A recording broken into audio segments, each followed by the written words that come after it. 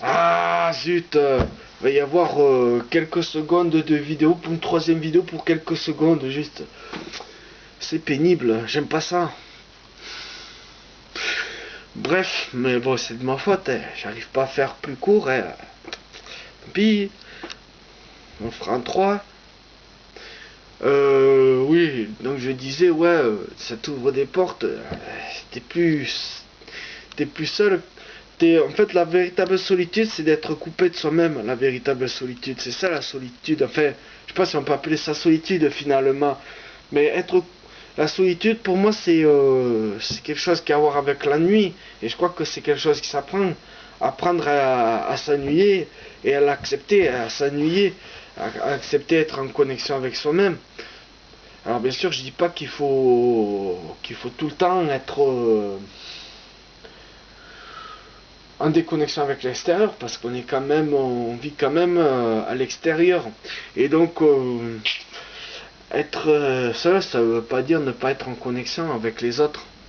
Mais c'est accepter que beaucoup de gens te tournent le dos parce que justement t'es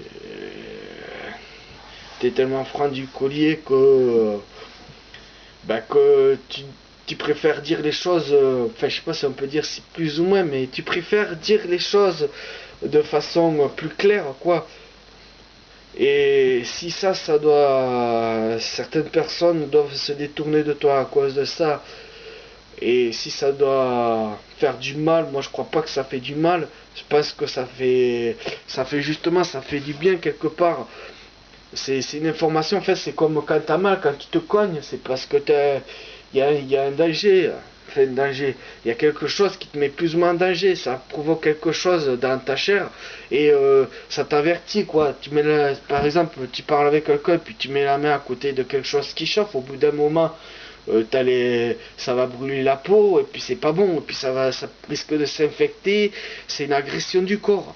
Et le fait que tu reçoives la douleur, en fait, ben, c'est une bénédiction, en fait. C'est merci, tu enlèves les doigts, ça t'avertit sur quelque chose. Ça t'avertit d'un danger. Et là, ça t'avertit sur toi-même, en fait. Et donc, voilà. Je suis en train de répéter ce que j'étais en train de dire. Plus, plus loin dans l'autre vidéo, quoi. Mais, voilà. Du coup, je crois que j'ai encore un peu digressé. J'ai fait ce que je voulais dire, mais je crois que j'ai dit l'essentiel. Et puis, si vous voulez comprendre ce que je veux dire par solitude, ben, écoutez Scylla. C'est ce gars-là, ben, je sais pas, il a une sensibilité, il a une façon d'exprimer sa sensibilité, quoi. Et je crois que c'est même pas une sensibilité, je sais pas comment appeler ça, mais je sais pas, c'est extraordinaire, quoi. Pour moi, ce gars-là, des fois, il fait des clips, mais comment dire, presque envie de dire, c'est divin, quoi. C'est l'ordre du divin, quoi.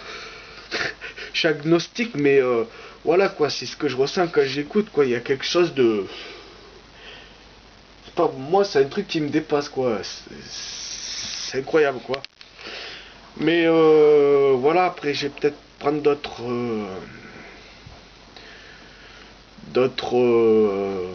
ah, d'autres réponses, enfin réponses, d'autres commentaires. C'est surtout celui-là que j'avais envie de répondre, mais pourquoi pas avoir d'autres? Alors attends, par période, je suis hypocrite, et d'autres, je suis un gros enculé. Comment dire? Tu n'es pas un gros enculé. Enfin, encore faut-il savoir ce que tu veux dire par gros enculé et ce que tu veux dire par gros hypocrite. Par hypocrite. Mais si par là tu veux dire que quand t'es pas un hypocrite, juste de dire les choses, ben, comme je dis, tu dis je suis un gros enculé. Non, ça te fait passer pour un gros enculé. C'est une image. C'est une image. Et je crois que c'est un des trucs, des pires trucs de notre société, quoi. C'est cette obsession de l'image et c'est ça le problème. Un des gros problèmes, c'est ça et pour moi, c'est quasiment une maladie mentale, quoi. ça devient complètement, on devient complètement obnubilé par ça.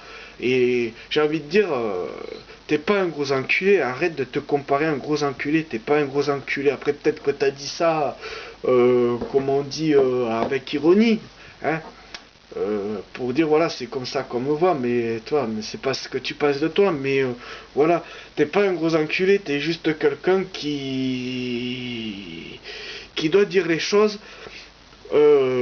clairement, le plus clairement possible et d'un coup, quoi. Pas perdre ton temps. Et ben, je trouve ces personnes-là, c'est avec ces personnes-là qu'on peut avoir des, comment dire, des échanges directs et profonds. Je pense plus avec ces gens-là qu'avec des gens qui mettent de l'eau dans leur bain. C'est comme ça que je vois les choses. Donc je ne trouve pas que t'es un gros enculé. Après, je te connais pas, hein, mais de ce que tu dis, si je comprends bien, si, enfin, de la façon dont je comprends, moi, c'est, enfin, bah, je fais un peu une projection sur moi-même, en fait, parce qu'en fait, je sais pas vraiment ce que tu veux dire, mais bon, si c'est comme moi, ben non, t'es pas un gros enculé. Et la manipulation bienveillante, j'y crois pas, moi. Moi, je crois que c'est presque un oxymore, quoi, manipulation et bienveillance. Après, il y a toujours des exceptions, hein. Et moi, il y a... Il me reste encore du temps, mais tant pis, je ferai une quatrième vidéo à la limite, hein. Et puis tu regarderas, si je partagerai les liens, et puis si tu peux pas tout regarder, hein, parce que c'est vrai que je suis quand même assez inaudible, hein. Faut dire ce qui est, hein. Enfin inaudible, oui, audible, audition, oui. Je suis quand même assez inaudible. Ben, tant pis. Mais si tu arrives à cette vidéo et peut-être à la quatrième, je crois qu'on est à la troisième, à la quatrième, mais franchement, félicitations, mec. T'es super endurant parce que même moi, j'ai du mal à me réécouter, c'est un truc de fou. Mais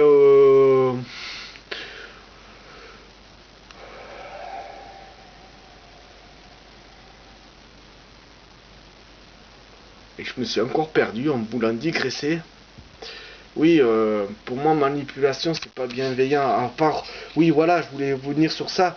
C'était, j'ai vu une série qui s'appelle BTX que je trouve bien meilleure que Senseiya, qui est fait par le même gars, quoi. C'est, je sais plus comment il s'appelle, mais enfin, je sais pas si c'est réalisateur ou je sais plus, mais BTX, ça, il y a un peu du Senseiya, un peu, mais sauf que là, c'est pas trop les armures, quoi. C'est surtout enfin bref, je vais pas m'étendre là-dessus. C'est pas sur ça que ce qu'il y a d'intéressant, enfin, qui m'a fait changer un peu d'avis sur le truc. Pas totalement, juste pour un cas précis. C'est dans cette série, il se passe un moment, c'est il y a une petite fille en fait qui fait confiance à, je sais plus si son grand frère, on va dire c'est son grand frère, non, c'est un ami quoi. Il y a son grand frère, elle et son ami, et son ami, c'est quelqu'un de, on va dire, de très intelligent, d'honnête, mais c'est quelqu'un qui dit les choses comme il les reçoit. Et en fait, cette petite fille, il va se passer un malheur et elle va se retrouver agonisant. Et cette petite fille aime beaucoup les histoires d'anges et elle aime s'imaginer aller au paradis et tout ça. Elle y croit plus ou moins et elle aimerait que ce soit la vérité, que les anges existent et qu'elle va aller au paradis avec les anges, que ça va être merveilleux. Et l'autre, enfin l'ami, lui, il pense pas à ça. Et enfin, c'est pas l'ami de la petite fille, c'est plutôt l'ami du grand frère, parce qu'ils sont beaucoup plus grands qu'elle, en fait. Mais bon, bref, la petite fille, c'est une petite fille qui a de l'admiration pour le pote de son frère, quoi. Et en gros, à la fin, quand elle meurt, elle demande, quand elle est en train de mourir, elle demande justement à cette personne avec laquelle elle a beaucoup d'admiration.